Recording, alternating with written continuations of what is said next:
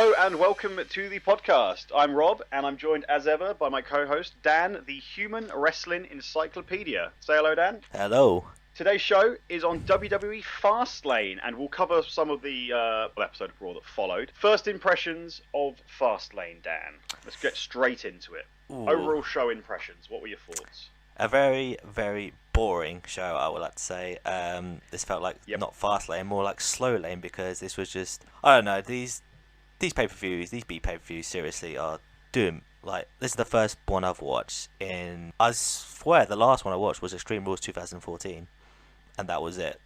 Yeah, unlike me, who is an absolute sucker and basically watches every single pay-per-view and then hates myself for it, you very wisely just watch the main ones. But because we started doing this podcast, I've tricked you into having to watch all of it. And this is why I'm very disappointed that I did not win the Vince and J. McMahon Achievement Excellent, whatever it was, award last night for doing this. You're not going to win it if you didn't watch the B pay-per-view since 2014, are you? Well, no, I should win it, so I have to go now. I actually do watch it and make effort, but you know what can you do? Maybe you'll be the second ever nominee for the Vincent James McMahon Award of Storyline Advancement, which is effectively all it was. But we'll get to that. I'm getting ahead of myself, as always. So WWE Fastlane. Obviously on the road to WrestleMania. See, it's a joke because it's Fastlane road to... forget it. So the problem with Fastlane is you're going into it and you basically know everything that's going to happen. You think you do. And I'm going to get into this a lot more as we go through every match by match. But we all had a very strong impression of how this show was going to be. And to be honest, it was quite a negative one. We kind of thought we knew where everything was going. And the show in general doesn't divert from anything that we thought was going to happen, more or less. There are a few tweaks, which I'll get into again, but it was very much a very mundane pay-per-view. It played safe. There was no real excitement. Why? This is between the Rumble and Mania. Why have a pay-per-view? Well, I know why they have a pay-per-view because they have to, but why have a pay-per-view where it's not gonna nothing's gonna happen to set up your biggest one? Okay, well it did. One match did, but like just everything else. What was the point of even having it on the show? It was like pretty much Raw. It was pretty much Raw, especially the last hour. Which again, getting ahead of myself. No titles changed hands. No surprises. No heel turns. It was just very average. Like there was good wrestling on the show, but. Alright, let's get into the first match. Now, for once, I actually watched the pre-show. I'll give you two reasons for why I watched the pre-show, Dan. Okay. Or can you guess them, actually? Can you guess one of them? Was it Morinaro? Yes, it was. I heard that he was going to be commentating the 2 out of 3 Falls match for the US Championship between Kalisto and Alberto Del Rio. I've been loving his work on SmackDown. He's not the saviour of sports entertainment or wrestling, but he's pretty damn good, so I thought I'm going to watch it. And you know, most 2 out of 3 Falls matches are okay as well. So I actually bothered for the first time since WrestleMania last year when we were there live, watched the pre-show. Yes. One thing I would like to know is when did this become a pre-show match? Yeah. Since when this is meant to be? It's meant to be the end of the feud, right? They've swapped the US title between them several times this year. They've had a couple of matches. I say a couple of matches. They've basically wrestled in some way, shape, or form on every show. I thought it was meant to be the end, and then they could both go their separate ways. Alberto Del Rio can concentrate on the ever so successful League of Nations, and Kalisto can continue tagging with Sin Cara. Sin Cara got injured, right? Kalisto won the belt. He was doing really well. He beat Rusev on SmackDown or Raw or whatever, and then Sin Cara came back from injury, and they went on a tear of losing matches again. So if that is an indicator that Sin Cara is the weak link out of that duo, then I don't know what is. On to the match itself, though.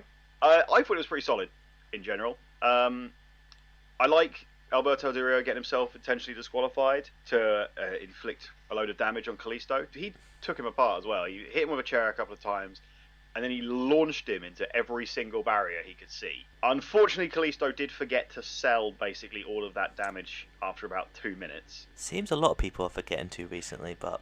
Yeah, selling is definitely a dying art form. So Del Rio with a quick version of his double foot stomp. Now, I hate Alberto Del Rio's double foot stomp from the top rope. It is the most convoluted, painful kayfabe break. Like the person who's receiving the move has to lie there, hanging there, while he stands around and he does his whole whistle and he swings his arm around his head. Anyone in their right mind would just fall out of the way, take the half a meter fall damage and roll out of the ring. But we're meant to believe that these professional athletes are stupid enough just to hang there for about 20 minutes and then get stomped in the face. Thankfully, that didn't happen this time. He just spun him around in the corner. Kalisto fell. He jumped up, double foot stomp, 1, 2, 3, job's a good one. If Alberto Del Rio can do that more often, I'm more than happy with that being his main finisher. It should still be the cross armbar, but it was much better. What did you think? What did you think on that variation, Dan? I mean, I'm surprised he still let him do the foot stomp after the Finn Balor incident, the past month or past few weeks ago when he injured himself. But it's weird that Del Rio started doing that move since Balor came. Yeah, for what I can remember, he's never done that even when he left WWE, or unless he has, but I haven't. He definitely didn't do it in his first run. Well, to be fair, no, Balor actually has stopped doing it now. He's doing the Bloody Sunday. So, because obviously ankle messed up. So WWE are happy for Del Rio to mess his ankles up, but not for Finn Balor too. Apparently so. So it's 1-1. Kalisto's just lost his fall, and then was it me or did Del Rio spend the majority of the match trying to just do that move again? Yes. I think I counted 4 times where he either successfully did it or missed. Yeah, it was pretty much including the finish, which the finish annoyed me because obviously Del Rio goes for his double foot stomp for the 50 millionth time, and he misses, and then it's another flipping roll up pin, a devastating roll up pin. How is that a conclusive ending, to a feud in a 2 out of 3 falls match? Surely the point of it was to make Kalisto look like a legitimate champion. Because he's being portrayed as Rey Mysterio .2. He's the ultimate underdog. He's always beating these guys. He shouldn't be beating them. And a 2 out of 3 falls match, it's going to prove that it's not a fluke. I'm the better man and blah blah blah. Roll up pin. Del Rio sits in the ring stunned again for the 15th time. I hate roll up pins. They do nothing. Yeah, I don't know. I mean, these days you don't know what these people think behind their logic of. I mean, whoever agents their matches, seriously, you need to start coming up with better finishes. That's all I need to say. Why can't we just have decisive victories anymore? Why is every other victory, especially from the baby faces? Baby faces are forever getting surprise cheap roll-up victories over heels. Why can't either side just be dominant and just actually deserve the win once in a while? I've complained about that match quite a lot there, to be honest, but I actually did enjoy it. I thought it was good. I loved the commentary. I really broke my heart to see him leave and Michael Cole replace him. I thought the match itself was good. I loved Del Rio's variation of his double foot stomp, much better. I just wish it had an ending, basically. No, I agree. Yeah, I mean, good match. Mora helped the match so much better. My God, that was such a breath of fresh air to hear him call moves and just make the match seem so important. I mean, every match should be important, right? But I mean, this is on the pre-show, and he's making it sound like a main event. It's a nice, refreshing change, and he's doing well. Now, were you aware that this was not the only time that Mauro Ranallo has called an Alberto Del Rio match in another company? Didn't he call his MMA fight? Was it an MMA fight? Yes, it was. Yes, so for people who don't aware, Mauro Ranallo was the voice of a company called Pride Fighting Championships, which was a company in Japan who did MMA and pretty much were a competition to the UFC. Alberto, under the name Dos Caras Jr., would then fight in a very heavy-hitter Mirko Krokop and would get knocked out in under a minute by a head kick. Well, even the best of them get knocked out. Oh yes, but I mean, yeah, but it was very it was quite funny to see Mauro Ranallo calling another Alberto Del Rio match, but this time in a fake sport. But no, I mean, like I say, he's such a breath of fresh air, and I would love him to call at least one match at WrestleMania this year. He's going to do the pre-show, like again. I mean, I want him on the main show. There's no doubt about it. But I don't think it's going to happen this year. Nah. But that has to be been deemed a success, right? Oh yeah. There's no reason why it couldn't be. He should do Takeover. He should do the Takeover show Oh, because you know what? when He Nakamura should. comes in, he's gonna know so much about him because he's called his matches before on that New Japan show, and he will get the entire card over as hell and make it so much special than it is. Could you imagine him working with Corey Graves?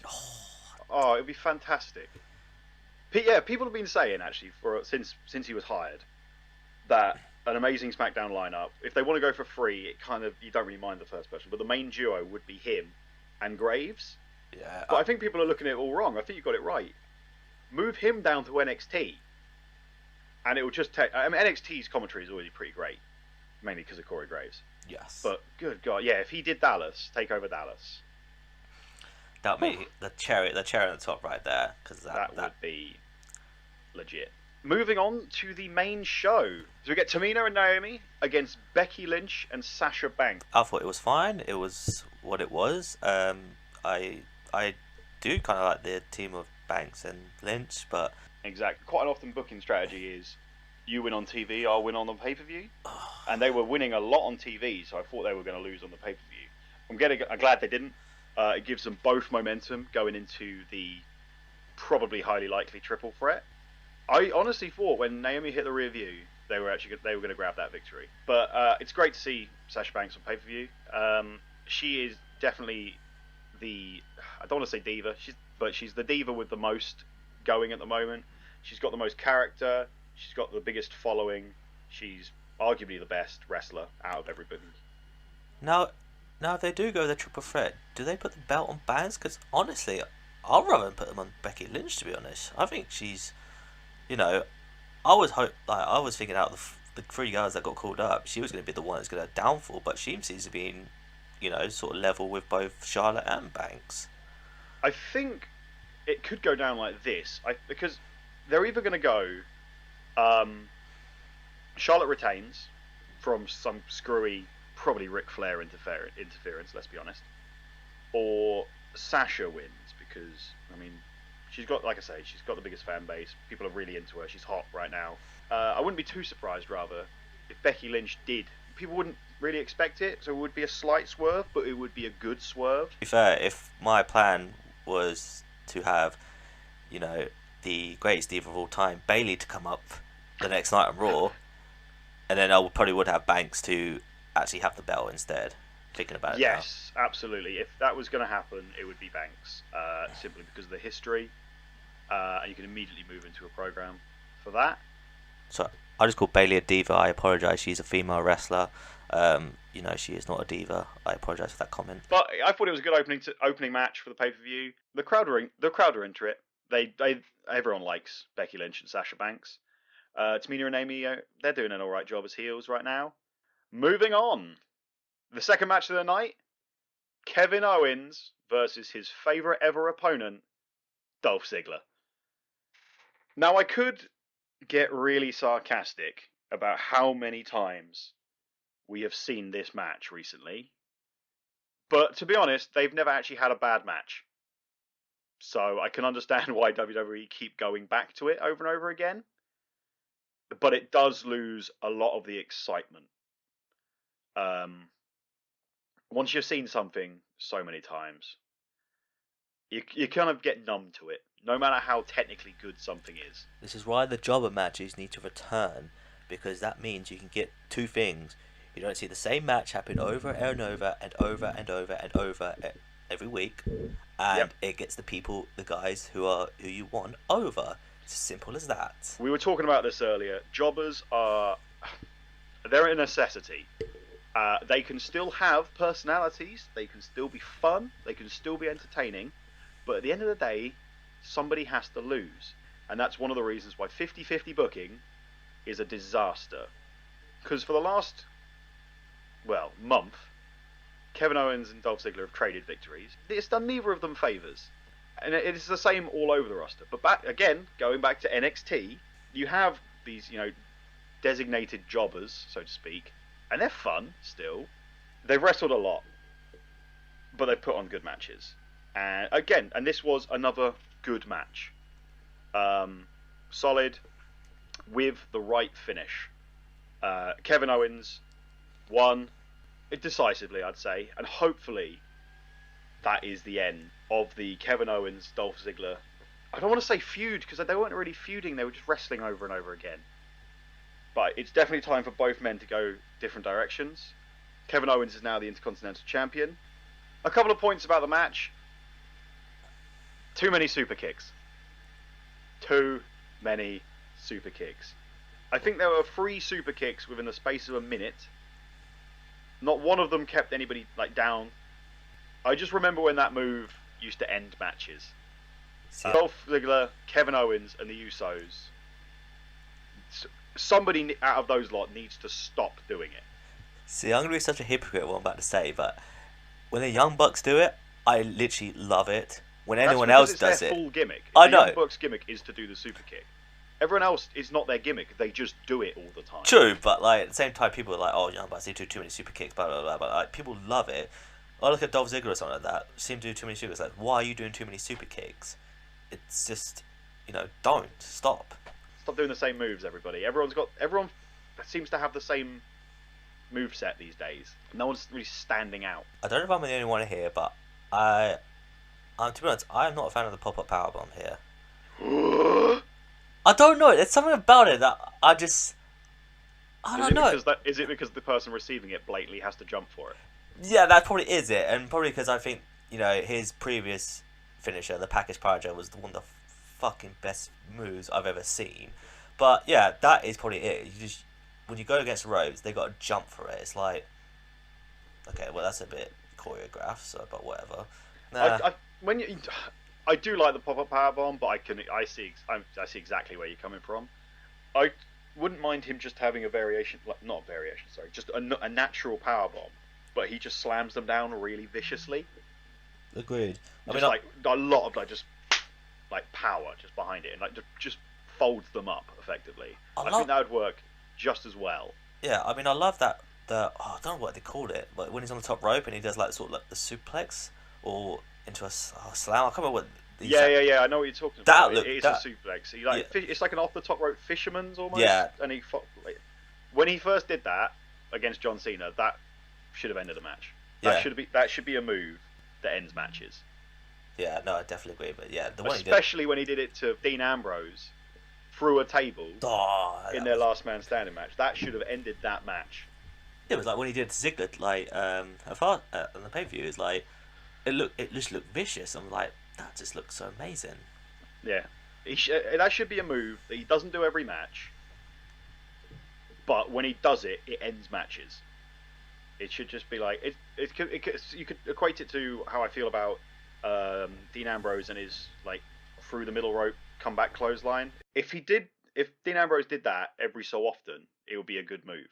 But he does it a little bit too much, and it it starts to lose its impact.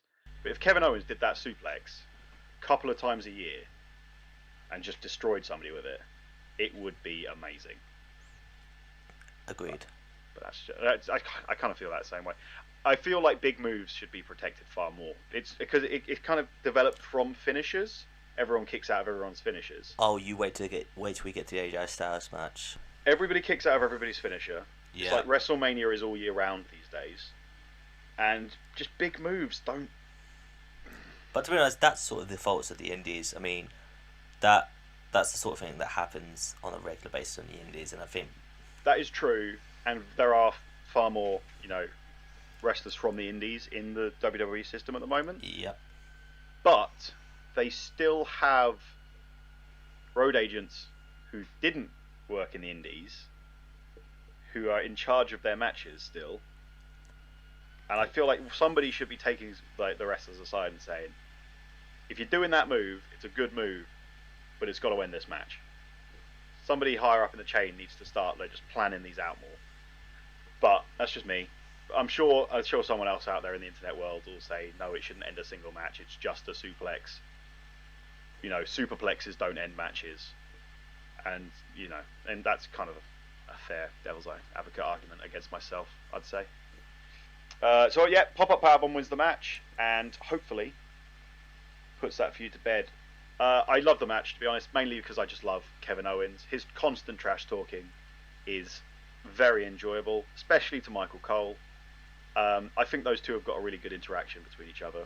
I mean, did you see his video on WWE's YouTube after his match with Rich Brennan? I didn't actually. Tell me about This is you literally after this, watch it. I have to post it to you, but like, so I think every time Rich Brennan in the interview, they're always in the back, and he's always like lying down on something like those row cases or stuff like that, and he's got a plant like planted in front of him. So he's got a plant pretty much saying he's trying to hide away from Rich and just does his usual crap. But what's great about it is it's like it happens during the entrances of the Ryback Kane Big Show match. Yeah. So literally Ryback comes out, his pyro thing. It scares the shit out of Kevin Owens, and he starts overreacting, saying, you make noise, I can make noise. Starts banging something, and then happens again, and then Kane's pyro goes, he's so great. He's so great being just like a knob, but like a knob that you just love. He is so fun. When you mentioned that, it actually brings up a point that I've been thinking for a while. A lot of the segments backstage, like which are put on normally like WWE.com or as Raw Fallout on YouTube. Yeah. Some of their interviews, specifically the ones with Kevin Owens and a few other people, they're actually better than some of the interviews and backstage segments that get onto the main shows. Oh yeah, because they're probably I don't know, the script. They probably won't be. Well, they probably are scripted, but they're not scripted as much as the main shows. It's just Kevin Owens can talk. He's good at talking. So, and there are other people who are just good at talking. And I wish WWE gave them more freedom, because Kevin Owens has proved that he's entertaining. Anything else to say about that match, Dan? Just Kevin Owens is God. That's fair. That's a fair comment. Moving on again to the Titans of WWE versus the Wyatt family. Dan, I'm going to have to wake you up because I've got a very important question to ask you. Oh yeah, okay. Big Show and Kane, I feel like you can justify those as being titans of WWE. They've been there a long time.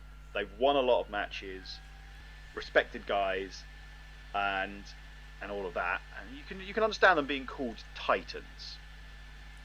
Why is Ryback a titan? Because personally, I don't think he's achieved anything other than, can you be called a titan for dressing like Goldberg? I was gonna say, who is this Ryback person? Bill Goldberg, yeah, maybe, but it was weird promotion suddenly referring to Ryback as a titan. Because correct me if I'm wrong, he's only won one title, and that was a failed Intercontinental title run. Thankfully, he lost to Kevin Owens. Also, another very important question, Dan. When is Braun Strowman going to buy a pair of trousers that don't make him look like he's wet himself? I've heard this complaint happen so many times. And it's probably from me, Dan. I say it every flipping time I see it. Yeah, but I probably actually is. Probably is, but like... Yeah, he says he needs a wardrobe change definitely right now. He doesn't look very menacing, Braun Strowman. He's a big dude, and I'm sure he could kick my ass. I still can't take him seriously after Adam Rose's, one of Adam Rose's party people. I still can't take him serious. His face. It's not an intimidating face. And the way he walks, and it's just his lack of movement. He's just another classic big guy who's a bit rubbish, really. More like this match. I said this match. I couldn't bear watching it, so I had to skip it. So you got to take the lead on this one because. Well, this is kind of the match that I drifted off for as well. I was quite happily distracted with a conversation I was having on Facebook about something entirely different because I just couldn't get excited about this match. The Wyatt seem to have been feuding with Kane in some way for a long time, and not a single one of those has really set the world on fire. Get it? Because he's burnt? Nah, fuck it. Big Show... You've got Big Show and Kane. They're both slowing down. They peaked a while ago. They're both quite slow. Ryback is Ryback. Ryberg. And as you'd expect, the match is slow. It's very plodding, and then yeah, it kind of just it happens. It it's really boring. Actually, it's pretty rubbish. The crowd aren't into it either. Amazingly though, the Titans actually won this match, and the Wyatt family lost, proving once and for all that they are not main event material. We thought they were going after Lesnar, so maybe they'd lose and go after him later in the show, but that doesn't really make sense. In the end, they don't interfere, so it kind of makes even less sense. Where are the Wyatt family going? What's Bray Wyatt doing at WrestleMania? Since Survivor Series, when the Wyatts lost to Kane and The Undertaker, they spent a while trying to build them back up into being a threat. I mean, before the Rumble, they took out both Reigns and Brock Lesnar, and now they've lost to two old men and a meathead. What is that? I just don't know. I don't get it. I can't understand the decision to have two old men and a meathead win when the Wyatts could be something really good. When they first came in, they were so hot, and then they've lost basically every feud they've been in, and they don't seem to have any momentum. Bray Wyatt just cuts rambling promos. They don't really mean anything. And then Eric Rowan and the rest of the gang lose. What's the point, really? I just feel like, what is the point of the Wyatt family anymore? Yeah, well, once again, a property of NXT gets ruined by the main roster. Very true. Very true. Moving on to the Divas Championship match. We got Charlotte versus Brie Bella. Brie Bella is in this position simply because, despite the fact she spent the last year losing every match she's been in, Daniel Bryan unfortunately had to retire, and Nikki Bella is out injured. So obviously that means push. If there isn't a worse reason to put somebody in a championship picture, I don't know what is. She also is the contender for the worst theme song ever. I would argue she's won that quite strongly, actually, to be honest, Dan. It is an awful theme tune. It was slow. There was loads of rest holds. It was sloppy, and it's all down to Brie. It really is, because Charlotte can put on decent matches. Now, Charlotte put on a decent match with Nikki. If this was her moment to, prove everyone wrong that she's good, she failed. Well, she probably thought, you know what, I'm leaving in the summer, fuck it, I can't be asked. The ending. I suppose, let's just cut to the chase. It was a sloppy match, awkward match, and then the ending was terrible. She's got in a one-legged Boston Crab. She kind of falls over, and then the match is over. It's done. It was just really weak. The entire thing was really weak. The crowd didn't know what was going on. I didn't know what was going on from watching it. I wasn't into it at all. No, me neither. It was just it was poor. It was poor. It's as simple as that. I don't really have anything else to say, Dan. Do you? No, I mean, this was just a bridging the gap to get over to WrestleMania, so they just threw this out there. I mean, at the end of the day, who cares? It's, now this is over. Hopefully at Mania, Charlotte can finally show what most of us know, and how good she is, going against either another good woman or two good women. Who knows what it is? But yeah, this match wasn't a fan. As much as I've just shouted on this match, WrestleMania should be a good one, and that should prove that the women in the wrestling division have a lot of talent. AJ Styles versus Chris Jericho 3. Chris Jericho did a interview with JoJo while he was walking to the ring. There was no real hint of a heel turn. I've been hyping up a heel turn for Chris Jericho quite a lot in my head, mainly because I just really wanted it, because I love Chris Jericho as a heel. But it kind of spawned from the fact that Chris Jericho was being a really uncool uncle from when he returned. But he's moved away from that a lot. He's just serious Jericho. He's more serious Jericho, which is better Jericho. So there was no real hint at a heel turn. Would it come? We'll find out. My God, there are a lot of botches in this match, though. Yeah, these two don't work together, I think. Yeah, I think it's becoming apparent that Their styles clash. Fuck me, I am on an absolute tear with these jokes today. Their matches have been good together, but they haven't been great. They haven't been what we thought they would be. Yeah. Even in the first one, they didn't quite seem to gel. But even in their fumbled awkwardness, it's still a pretty decent match. Yeah. Jericho almost drops Styles on his head a few times.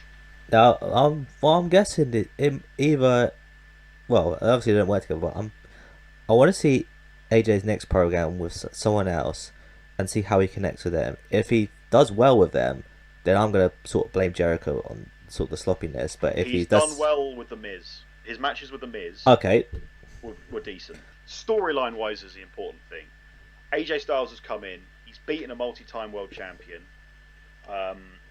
twice, and he's got the endorsement of both the Miz, who is a former world champion as well, and very underrated, and Chris Jericho. So that's the important thing. The match is almost secondary at this point. Not that they were awful. They were just, this one specifically had quite a few little iffy moments. But it was good. I enjoyed it. I like Styles in the WWE. It's still really weird seeing him. Yeah, no, I Can't agree. quite get used to it. Shall we talk about the most interesting thing about this match? Oh yes, yeah. Go on. Let it out.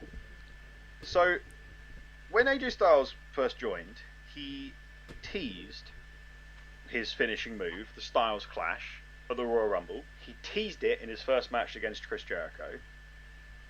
He then used it against Curtis Axel on SmackDown, which is a bit weird. He won that match, and he hasn't, as far as I'm aware, done it since. He's teased it a few times. Like, he teased it very early in this match as well. Jericho obviously reversed it. And then he finally hits it, and Chris Jericho kicked out. Chris Jericho kicked out of the Styles Clash. There's either two reasons for this. One, WWE are trying to move away from the Styles Clash, because Styles did win with the calf crusher, like, minutes later. Not even minutes, a minute later. So they're either trying to move away from the Styles Clash, or yet again, finishers are not being protected. And if it's the latter one, I'm really annoyed by it. Well, my theory was because I don't know if it was last year or the year before, he had hurt a few people. Which, now here's the thing, it wasn't his fault. Basically, the Styles Clash, usually with moves, you have to tuck your neck in to take the move properly without banging your head on the mat. With the Styles Clash, you have to do the opposite. You have to literally put your head back in order to take the move. Now, I think it was like two people he broke their necks with, or hurt their necks with, because they tucked their necks in and hit their neck on the mat. And I don't know whether they're just fearing just in case it happens again. They might be like another fear of the Samoa Joe incident where he, but yeah, I mean, like, if they're letting him use it, so I guess that can't be it because they're letting him use it and he's won a match with him. But I just, why is this a secondary, this sounds like a signature move.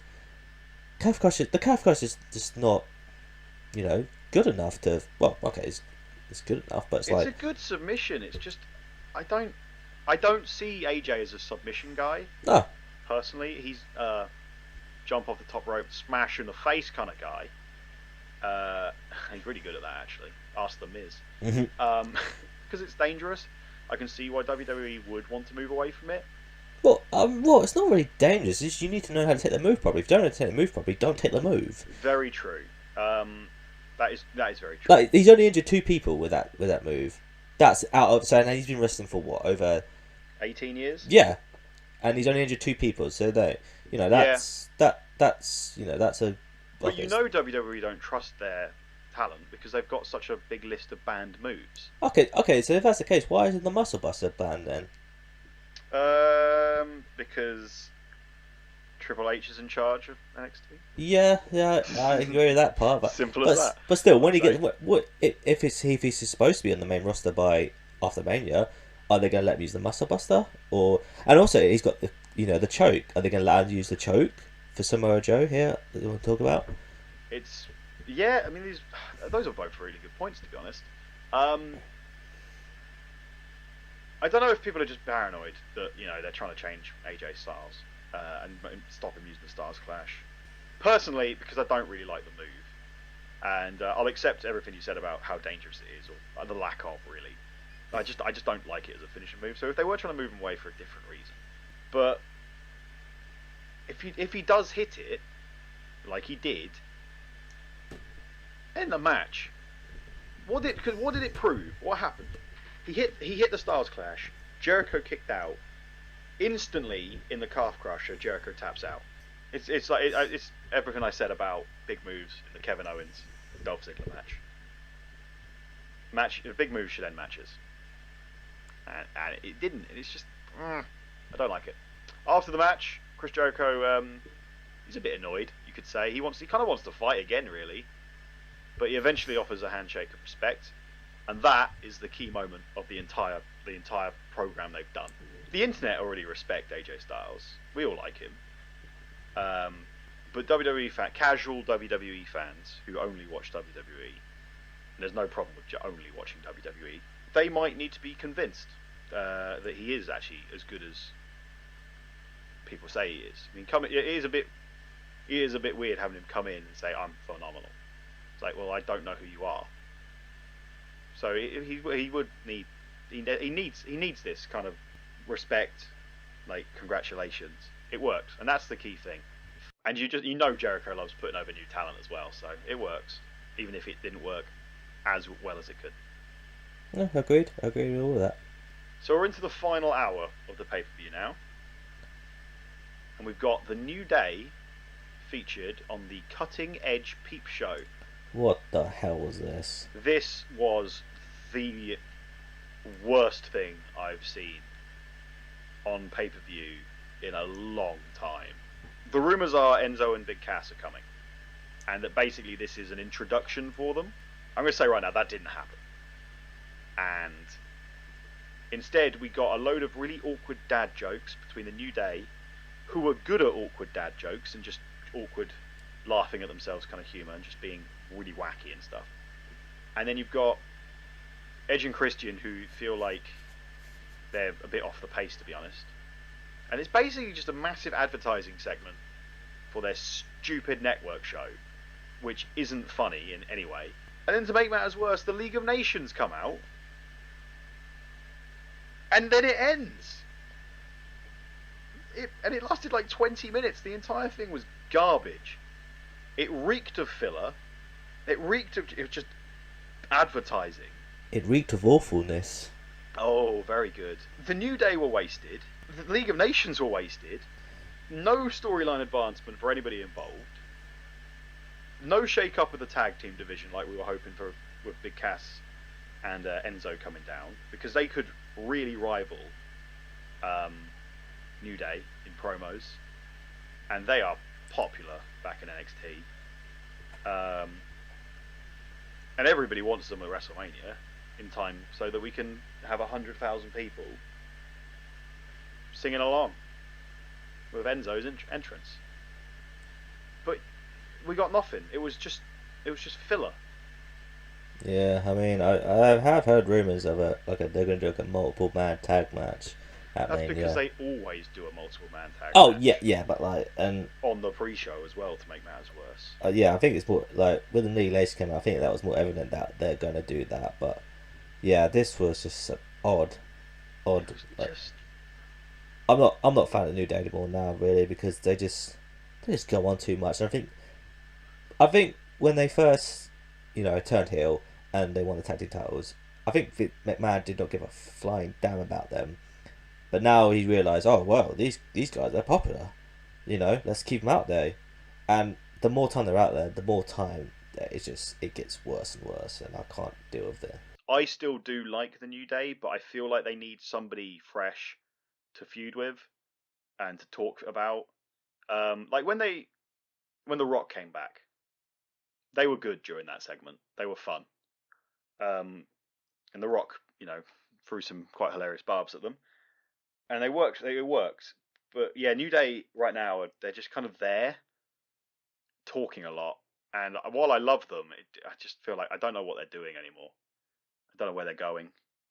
apart from into a multi-man tag match at WrestleMania.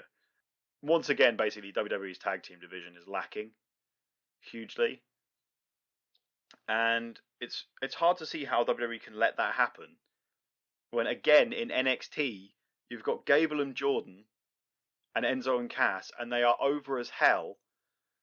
But then on the main show you've got the Usos. Thankfully, the Dudley Boys have just turned heel, so that's shaking it up a little bit. And then the New Day are just being the New Day, and that's gonna run out of steam eventually, despite how much I love them. Yeah, and well, don't forget the awesome duo of Goldust and R-Truth. Speaking of Goldust and Oh yes. Truth, to make matters worse, so we have a 20-minute cutting-edge peep show segment that goes nowhere and is absolutely awful, and then we get an impromptu match between Curtis Axel of the Social Outcast and R-Truth. Why are WWE so desperate to fill time on a pay-per-view that they need an impromptu match between Curtis Axel and R-Truth in the third hour? If you're gonna have an impromptu match between the Social Outcasts and R-Truth, which nobody wants, have it in the opening hour for the love of, or the second hour. Don't have it before the main event. And don't have it before the main event after a boring 20-minute promo. Goldust comes out, distracts R-Truth. Their little skits are continuing. They continued on Raw. They're going to end up teaming up. We know they are. And I know wrestling fans are criticised for wanting to get, they want to get from point A to point B straight away, and they don't want to have the journey sometimes. Because we're all impatient people these days. But these have been dragging on too long now, and it's frustrating. To be honest, it's frustrating. Do you want to add anything to this, or can we move on? Because we can most certainly move on. Thank God. The problem is, obviously, Dan and I are English. I watched it live because for some reason I was awake again. I wasn't going to. So it's gone. I think by the time the R-Truth match ended, it was 3:30 in the morning. And it's at times like this you really have to question why you're a wrestling fan. Why are you watching a match between the Social Outcast and R-Truth at 3:30 in the morning?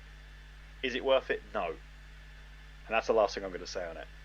On to the main event. For the number one contendership at WrestleMania against Triple H, you've got Roman Reigns, Brock Lesnar, and Dean Ambrose. Dan, tell us a little bit about the build-up to this match. Yeah, that's my reaction. That's fair enough. Now, let me get this straight. So, this is the main event, and this is for the number one contender for the World Heavyweight Championship at WrestleMania, your biggest event, going up against arguably God himself, God, or whatever you want to call him, the Messiah of this company, Triple H. Yeah, you're gonna have an interview with Dean Ambrose and Roman Reigns and involve comedy in this. What in the hell are these people smoking? Yeah, WWE have put their top babyface in their eyes, and their eyes only, Roman Reigns, in a match against the two genuinely most over babyfaces in the company. Brock Lesnar is a one-of-a-kind athlete, and the fans love him. His wrestling style, the way he's booked, Paul Heyman being there, perfect. He's amazing. For a man who doesn't really care about wrestling, he's really fucking good at it. Dean Ambrose. People have loved Dean Ambrose basically from the second... Well, people have loved Dean Ambrose from NXT, but from the main roster, people have been into him since The Shield. He's been consistently far more over than Roman Reigns. Even in all the build-up to this, he was more over at the Royal Rumble. He was more over in the build-up on Raw, when he was challenging Brock Lesnar to a fight every week and getting beaten up. And then you've got Roman Reigns, who is meant to be this main man, and he's getting booed. Why would WWE book this match? Well, in storyline perspective, why is Roman Reigns getting a shot when he just spent an entire month or two trying to get the belt off him. Exactly. You've got the Authority complaining that Roman Reigns is going to have a chance to win the belt. You've got the Authority complaining that Ambrose is going to have a chance to win the belt. And you're the guys who you literally handpicked these three guys. Also, why would the Authority put Brock Lesnar in this match? Is Triple H a madman? Does he really want to face Brock Lesnar? Exactly. This. Well, obviously you can't really do logic in this company these days, but it's just this doesn't make sense at all. Triple H won the Rumble, and then gave everyone he doesn't want to face a chance. Surely he should have handpicked Sheamus as his opponent, and then because he'd win that match. Yeah, I agree. Or you could handpick any of the four social outcasts, or maybe all four social outcasts, and beat them in 2 minutes. Or just refuse to defend it at all. Just say, "Oh, now I'm champion now. You can't do anything because I'm the COO." Since TLC, where Roman Reigns was getting pretty decent reaction, and the Raw after, was it the Raw after? It might have been the week after, where he won the belt. Basically, all of the good, faith fans have given Roman Reigns has gone. Well, not all of it, but he's gone back to getting mixed reactions. And he was getting it in the build-up, he was getting it in this match, and he's getting a lot worse on Raw. More on that in a minute. I don't understand why WWE think that Roman Reigns is just suddenly going to be cheered, because I think we've proven at this point that we don't like his character and his direction. When we didn't like The Rock because he was a bland, boring babyface, the fans turned him heel. And what happened? It created The Rock, one of the best, if not arguably, in my opinion, the best. And Roman Reigns is never going to be that good, but sometimes you have to go with the crowd. But they seem intent on not doing so. And at the moment, they are on a collision course for Roman Reigns getting booed by 100,000 people at WrestleMania. Hey, look, at the end of the day, that's their problem, not us. We're here to, have a good time, and we'll do it anywhere we want. I'm gonna have a great time booing for Roman Reigns for a second year. I'll be too staggered and drunk, and probably would be booing them. And even if Roman Reigns does win, I might have to throw my shit in the ring to make my point across. So the match starts out with Lesnar dominating. It's German suplexes. He hits an F5 on Roman Reigns, and he was going to win that match then and there, because Reigns didn't kick out. If you notice, Ambrose broke it up, because Dean Ambrose basically does all the work for him. Because Dean Ambrose is the workhorse. Yes, Dean Ambrose is the workhorse of this match. He's there to take the brunt of the beating from everybody. He gets taken out by Lesnar. He gets taken out by Reigns. Ambrose and Reigns team up against Lesnar, put him through a table. They have a little fight. Lesnar gets up. They put him through another table. Lesnar gets up. Lesnar is the king of no selling. I'm not going to lie. But I allow it with Lesnar. I wouldn't allow it with anybody else, but I allow it with Lesnar. It's Brock fucking Lesnar. Brock fucking Lesnar. The way he's been booked is justified. He's booked as an absolute monster, and he will just kick your ass. Ambrose grabs a chair, and he takes out Lesnar, and he takes out Reigns, and he goes back to Lesnar. He basically beats him out of the ring, and then this is what I'm linking to again. Is Roman Reigns hits a spear and beats Dean Ambrose 1, 2, 3. So Ambrose, he saved Roman Reigns in the opening exchange because he wasn't kicking out of F5 like I was saying. Ambrose then took out Lesnar with a chair, and then he effectively stole the victory. It's kind of like how at the Royal Rumble I was supposed to support Roman Reigns because he was taken out by the League of Nations, sat out for half an hour and then came back in. I was supposed to be excited he came back in, but really he walked away from the match. I just don't feel like he's a very deserving challenger, almost. No, he's a heel. Even though he's not booked as a heel, he is a heel. Yes, basically. His friend, his best buddy, Dean Ambrose, did all the work in that match. And he stole it from him. He ruined Dean Ambrose's moment. And that would all be fine if an actual heel turn was happening. But it didn't. It's just Roman Reigns winning, and as apparently we're supposed to be happy that our actual fan favourites didn't win. It's just WWE seem to be they're out of touch, I suppose, is what I'm getting from this entire ramble. What are your thoughts on the match? It was alright. I mean, it was what it was. Brock Lesnar once again is just amazing, and not trying not to get my head too ahead of myself. Obviously, we'll talk about that in in our little Raw recap. Obviously, the match made for Mania. The massacre that's going to happen in there. You think this was bad. This is going to be even 50 times worse. But yeah. At this point with the Roman Reigns thing, I just don't give a damn anymore. I'll just let them do what they want, and the next few Raws they're going to be so interesting because they're in. I can't remember the exact order is, but it's someone like Philly, Pittsburgh. There's one in the middle which I can't remember what it is, and then there's like Brooklyn is the fight. Brooklyn's the last Raw before Mania. Roman Reigns is going to get massacred by the fans there. Well, Detroit on Raw were already showing signs of being pissy. But he's got what is that? Five, maybe six? So 4 Raws, Mania, and the Raw after. He's just going to get massacred. Basically, WWE have booked themselves into the exact same position they were last year, where their top babyface, number 1 contender, is getting booed by the fans. I don't understand why they'd make the same problem twice, like same mistake twice. The interesting bit, as I referenced in the Wyatt match, is the fact that the Wyatts didn't get involved.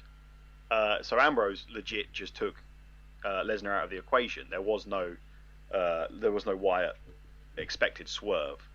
It was a good match, to be honest. I did enjoy the match, mainly because I enjoy Lesnar. I didn't enjoy the finish, but I knew I wouldn't. The main event of WrestleMania was gonna be Triple H versus Roman Reigns, and like you say, we do kind of just have to accept it.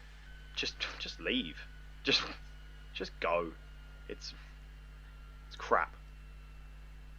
So that's your main event. I mean, it ended exactly how we thought it would. The entire show ended basically how we thought it would, minus the Wyatts. No titles changed hands. Nothing was set up other than the main event itself, which is one where nobody wanted. The entire Fastlane pay-per-view achieved nothing. Probably the best way to sum it up. It was predictable, sluggish. Quite a few matches had quite glaring botches and mistakes in, specifically the Divas Championship and amazingly AJ versus Jericho. The Cutting Edge Peep Show was a bloody disaster. There's no End Zone Cass on the show. There was no heel turn from Jericho. That's explained on Raw. And it's just really run-of-the-mill safe booking. But it's not safe booking because WWE have booked themselves into a corner again. Why they can't just give Dean Ambrose the ball and let him fucking run with it? Because we would all cheer him over Triple H. What are your final thoughts on the pay-per-view, Dan? Yeah, well, I'll give it probably about 5 out of 10, I guess. 5 out of 10. Yeah, I mean, it did nothing really. I mean, we all knew what the direction was in the end, so the point of this pay-per-view was just, what was the point? It's really annoying to watch wrestling and to finish at the end of a show, just be left questioning why you bothered to watch that show. It's This is one of those pay-per-views where if you didn't watch it, you would miss absolutely nothing. Nah, I agree with that 100%. You could easily, timeline-wise, just go from the Royal Rumble to WrestleMania. As you can tell, I'm quite frustrated by the Fastlane product. It was just lacking. It was lacking in everything, and a lot of people were upset about it. However, Monday Night Raw happened last night, and it was actually pretty good. A lot better than Fastlane, actually. You've watched most of Raw, haven't you? I've watched the main segments that I wanted to watch. So yeah. So the main segments, correct me if I'm wrong, are the return of Shane McMahon, Dean Ambrose, Brock Lesnar, yep, and the ending, yes, Roman Reigns versus Sheamus that leads into Roman Reigns Triple H. Yes, that's right. Let's start with Shane McMahon. How good was it to see Shane McMahon again? Alright, okay, so it was great to see Shane McMahon. It was fine, it was a breath of fresh air, pretty much. Just the fact it wasn't bloody Vince McMahon, and well, they were out there, but obviously Shane McMahon finally back. It's good. I do have a few complaints though, but I think we'll get to that part in a minute. Yes, we will indeed. Shane McMahon coming out. I've been waiting for the return of Shane McMahon for years. He's still got an awesome theme song. His theme song alone is worth him returning. It's fun. I've always liked Shane McMahon. He's always been my favourite McMahon. He's aged horribly though, I've got to say. Oh, he hasn't aged that badly. People are saying that, Oh, but I think he looks all right, to be honest. I don't know. It just I mean, how has he got grey hair? Well, okay, my man did, yeah, but how has he got like so much grey hair and losing it? And my If man you still don't, okay, well, let's talk about his hair. If you don't think Vince McMahon dyed his hair, Oh well, yeah, oh yeah, then of you're a course. maniac. Yeah, I know, but still. Shane McMahon It's- is clearly going with the "I'm just aging. This is how it's working." Before like 2009, 2010, he still had, you know, jet black hair. For like obviously, yeah, 6 years past that is a long time, but still, it's like last time I saw you, you look, you look decent. Now you just look Last time old. you saw him, he was in his 30s. Now he's Yeah. like 46. Yeah. And for his hairline, he's actually got the exact same hairline as his dad. Yeah, okay, yeah, that does make sense. Shane McMahon coming back, awesome. Very emotional. He looked like he was going to cry a couple of times because he got an amazing reaction. Fans are really happy to see him. He wants control of Raw. Then we get to the weird part. Yes. What the hell? Vince agrees to give him control of Raw under one condition: that he has to have a match at WrestleMania against The Undertaker in a Hell in a Cell. So if Shane McMahon wins, he gets control of Raw. If Taker wins, then it's something to do with he has like a box or something like that, like the keys to this safe box or something like that. Apparently, because obviously the storyline is apparently Shane's got something over his dad that could pretty much fuck up the entire company. It sounds like, or whatever it is. So, but this is just Why would The Undertaker do this match?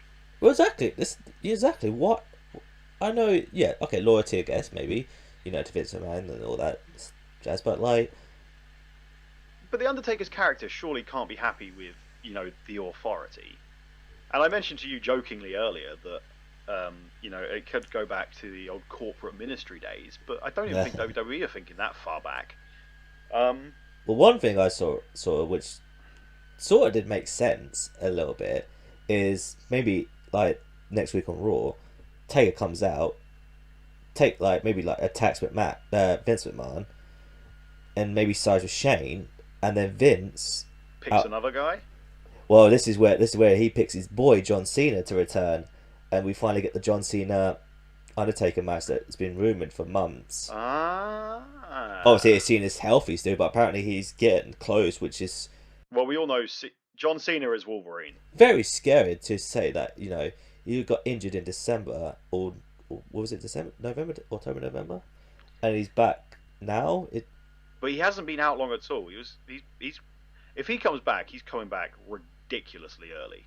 Yeah, and I mean, but yeah, that would be quite a nice twist, though. Yeah, that'll probably be better than McMahon. But it's just Shane McMahon versus The Undertaker in 2016. What the hell? Yeah, it's just like Shane McMahon's back. Yeah, this is awesome. Shane McMahon wants control of Raw. This is awesome. Undertaker in a Hell in a Cell? What, really? I mean, yeah. I don't hate the idea. I'm surprised by it.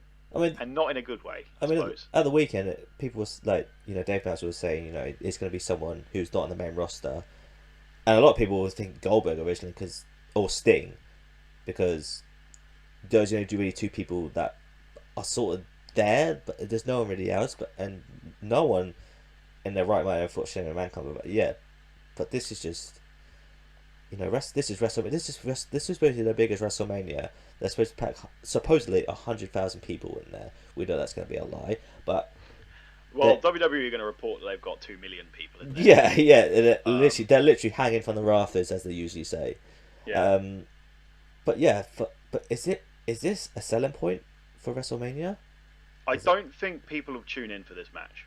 I don't think people would buy the network to see Shane McMahon against The Undertaker. In honesty, I mean, unless Shane McMahon does wrestle, because he's probably going to do something crazy. Yeah, but would they let him jump off the Hell in a Cell? It's a lot bigger than it used to be. Well, they'd probably just make it smaller again, wouldn't they? Well, if they make it smaller, then you know he's jumping off. If it's the same size, I don't know. It's this, but like I said, he has a track record. Dan. Oh yeah, he likes jumping off stuff. Yeah, but he's 47, and do they want to risk it? These days, they're so concerned. Vince McMahon would risk it. Yeah, that's basically the best way to describe it. Shane McMahon being back is a breath of fresh air, but it's already weird. But it's still awesome to see Shane O'Mac. His dance alone and his music, man, it makes me happy. Next big point of Raw. Before the Raw, Dean Ambrose is attacked by Brock Lesnar. He's put through. Well, they keep saying he's put through like the windshield, but he's slammed against it. But you know, that's just storytelling differences. And he goes to hospital. Paul Heyman and Brock Lesnar come out and they cut a promo. Basically, they're annoyed that Dean Ambrose cost Brock Lesnar the match effectively. And they basically put a challenge out, like, Lesnar's gonna come find somebody. And then Dean Ambrose, who, as we all know, he can heal and recover from anything quicker than anybody. Perhaps not John Cena. He comes in, he returns in an ambulance, which I'm pretty sure he's done before. Yeah, he has done that before against Bray Wyatt. I thought so. He comes back, he's got a neck brace on. He can't even walk to the ring. He's like he's fallen over, he's crawling on his hands and knees. Lesnar just looks at him as if he's pathetic, which is quite funny, to be honest. He steps on his head as he walks over him, and he's just leaving. He doesn't have any time or interest in Dean Ambrose. And that's kind of been how they built it up before Fastlane as well. Like, Brock Lesnar just does not take Dean Ambrose seriously. No. And obviously that storyline, that can't really continue, because otherwise it would look really weird. Like at some point, Ambrose is going to have to get the respect from Lesnar before the WrestleMania match. But for now, it's fine. Paul Heyman conveniently drops the mic next to Dean Ambrose so that he can challenge him to a no-holds-barred street fight at WrestleMania. And Lesnar F5s him and says yes. Yeah, Massacre Mania that weekend. I mean, to be honest, I think this will be a very fun match live to see. This is going to be a good match. Yeah, I think and it's going to be very fun to see mostly Dean Ambrose get the shit kicked out of him. But you know what? This is so much better than Lesnar Wyatt. I mean, this is a lot better than Lesnar Wyatt. This is great, and I'm glad that they were doing it this way, even though Ambrose is going to take another loss. But you know what? I don't give a damn anymore. Ambrose is so popular he can take a loss. Brock Lesnar is built up so well that he shouldn't lose. I'd probably be more annoyed if Ambrose won, to be honest, because Lesnar is. To be honest, he's booked to be honest. To be honest, I wouldn't be surprised. Yeah, I wouldn't be surprised if they did put Ambrose over this one, because it would do Ambrose bloody wonders. But I think because Lesnar's technically my favourite out of the two, I'd be slightly more annoyed. But as Ambrose is around all year, the smart thing to do would probably be give him the win, and then he can it's another notch on his belt. Yeah. But yeah, as I said earlier, I was annoyed about the Wyatts from Fastlane not being involved, not doing anything. I'm still concerned for them because I don't know what they're really doing. So, Raw in general was actually pretty good. The opening with Shane McMahon was good. The matches were good. You had some bits and bobs going on. And then the main event was Roman Reigns versus Sheamus. Did WWE not learn? The same match over and over again. Good lord. But that's not the important thing. The important thing is the crowd reaction to Triple H coming out and, would you say, destroying Roman Reigns would be an apt description? Oh yeah, without a doubt. That's the way I would have put it. That was just a complete utter burial. Well, not I would say burial, but he kicked his ass, didn't he? blood. Triple H, he busts him open. He pedigrees him onto the steps. He slams his head about 20 times against the announce desk. But the kicker, obviously, Dan, here is that Triple H is the heel, and he got huge cheers when he pedigreed Roman Reigns on the steps. What did the crowd chant? One more time.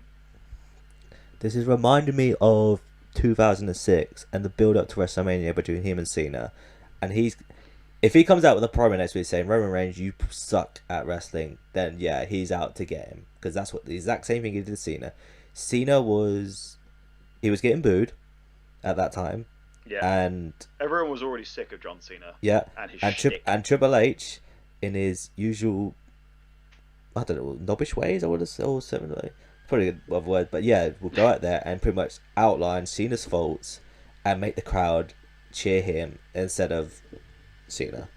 The exact same thing is happening. So, like I say, if he comes out with that promo next week, then obviously they're going to repeat this booking. But yeah, Triple H is the face. I don't care what you say. Roman Reigns is the heel in this. The crowd reaction tells you Triple H is the face.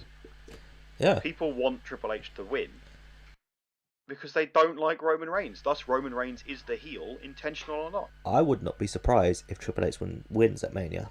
I've been thinking about this, and yeah, I could see Triple H winning at WrestleMania. The last thing you want to see, does the Vince McMahon want the last thing of WrestleMania to be Roman Reigns booed by supposedly 100,000 people? No, he doesn't. Exactly. And I tell you what, we're not getting a heel turn from Roman Reigns before WrestleMania. Oh no. But what better reason can you give the Roman Reigns character to turn heel, to turn on the fans, than to have earned fairly, despite the fact that I was saying, that he didn't really deserve to win the triple threat last night or Sunday, but he earned those opportunities. He won the Royal Rumble. He beat Daniel Bryan. He won the triple threat this year, and the fans just don't like him. They don't like him. So what better reason do you have to turn heel in a kind of The Rock style way? They go, for the last 2 years, guys, I've tried to be your guy. I've done everything that I should have done. I've been honest. I've done it for my family. I'm just trying to be a nice guy, and you guys booed me 2 WrestleManias in a row. Fuck you. I'm out for myself now. That would be amazing. They can save this Roman Reigns thing. They still have to get through WrestleMania, but they can save Roman Reigns still. Monday Night Raw, he comes out and turns heel. It'll be awesome. And then give him a 2-year heel run. I guarantee people will warm to him if they book him right. But right now, you've got your number one guy being booed, and I suppose Triple H is the de facto number one heel right now, isn't he? Because he's champion and he's in the authority. Technically, yes. And he's getting cheered. I mean, Vince, wake up. You fucked it up, but you can still save it. And that's really all I've got to say on the matter. Yeah, no, I 100% agree with everything you said. So that was our review of WWE Fastlane and some of the main points from the Raw following. I hope you've enjoyed it. We will be back with the 3rd episode of this podcast for NXT TakeOver Dallas, followed by our WrestleMania review a couple of days later. And hopefully, if we have time and aren't too tired, we will do the Raw after WrestleMania as well. So that's our next 3 podcasts. If you like anything that we've said here, you can check out our website, thoughtsandeverything.co.uk. That's where I do a lot of wrestling rambles, a lot of reviews and stuff. Dan does quite a few gig reviews on there too.